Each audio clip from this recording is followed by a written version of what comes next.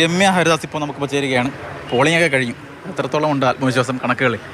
ആദ്യം തന്നെ മാതൃഭൂമിയുടെ ചാനലിനും മാതൃഭൂമിയുടെ ടീമിനും റിപ്പോർട്ടറും ക്യാമറാമാനും ഉൾക്കൊള്ളുന്ന എല്ലാവർക്കും നന്ദി പറയാണ്. അതോടൊപ്പം തന്നെ എണ്ണയിട്ട യന്ത്രം പോലെ ഈ തെരഞ്ഞെടുപ്പ് പ്രഖ്യാപിച്ചതിന് ശേഷവും മുൻപും ഈ തെരഞ്ഞെടുപ്പ് പ്രവർത്തനങ്ങൾക്കൊക്കെ നേതൃത്വം കൊടുത്ത UDFൻ്റെ മുഴുവൻ എൻ്റെ സഹപ്രവർത്തകർ, അത്രയും പ്രിയപ്പെട്ട സഹപ്രവർത്തകർക്ക്, ലീഡേഴ്സിനൊക്കെ നന്ദി പറയാണ്.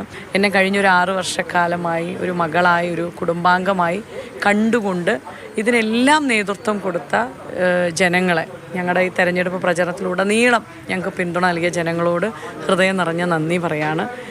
പോളിംഗ് ശതമാനം ഇത്ര വരെ എത്തി നിൽക്കുമ്പോൾ വലിയ സന്തോഷവും, UDFനെ സംബന്ധിച്ചിടത്തോളം UDFൻ്റെ പൂർണ്ണമായ വോട്ടുകളും രേഖപ്പെടുത്തിയിട്ടുണ്ട് എന്നുള്ളത് തന്നെയാണ് പ്രാഥമികമായിട്ട് ഇവിടെ നിന്ന് ലീഡർഷിപ്പിനോട് സംസാരിച്ചു മനസ്സിലാക്കാൻ സാധിച്ചു. പുതുതായിട്ട് 6500 വോട്ടുകൾ UDF ചേർത്തിട്ടുണ്ടായിരുന്നു.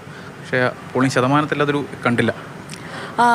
UDF വളരെ കൃത്യമായിട്ടുള്ള ചെയ്തിരിക്കുന്ന പ്ലാനിലുള്ളതെല്ലാം പരിപൂർണമായിട്ടും അത് വന്നിട്ടുണ്ട് എന്നുള്ളത് തന്നെയാണ്. അത് വോട്ടുകളാണെങ്കിലും പ്രവർത്തനങ്ങളാണെങ്കിലും അതെല്ലാം ചിട്ടയോട് കൂടിയിട്ടുള്ള ഒരു സിസ്റ്റമാറ്റിക് ആയിട്ടുള്ള കാര്യങ്ങൾ നടന്നിട്ടുണ്ട്. സ്ഥാനാർത്ഥി എന്നുള്ള രീതിയിൽ എനിക്ക് തന്ന ഷെഡ്യൂൾ പോലും ഇതിൻ്റെ പിന്നിൽ, കാരണം മീഡിയയുടെ മുമ്പിൽ കാണാത്ത ഒരുപാട് മുഖങ്ങൾ ഇതിൻ്റെ പിന്നിൽ പ്രവർത്തിച്ചിട്ടുണ്ട്.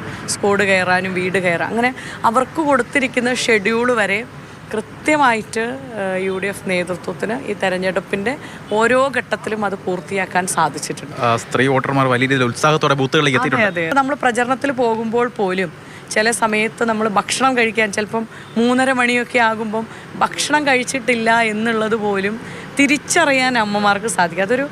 ഒരു അമ്മയ്ക്ക് മാത്രമേ അത് കഴിയുള്ളൂ.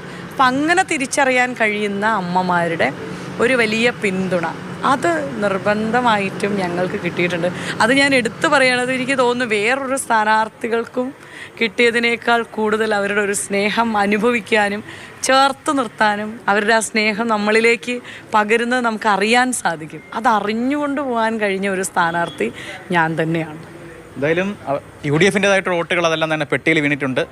ചേലക്കര തിരിച്ചു പിടിക്കുമെന്ന് തന്നെയാണ് രമ്യ ഹരിദാസ് പറഞ്ഞു വയ്ക്കുന്നത്. ക്യാമറമാൻ ജസ്റ്റിൻ മാത്യുവിനൊപ്പം ഷിനോ ജസ്റ്റി, മാതൃഭൂമി ന്യൂസ്.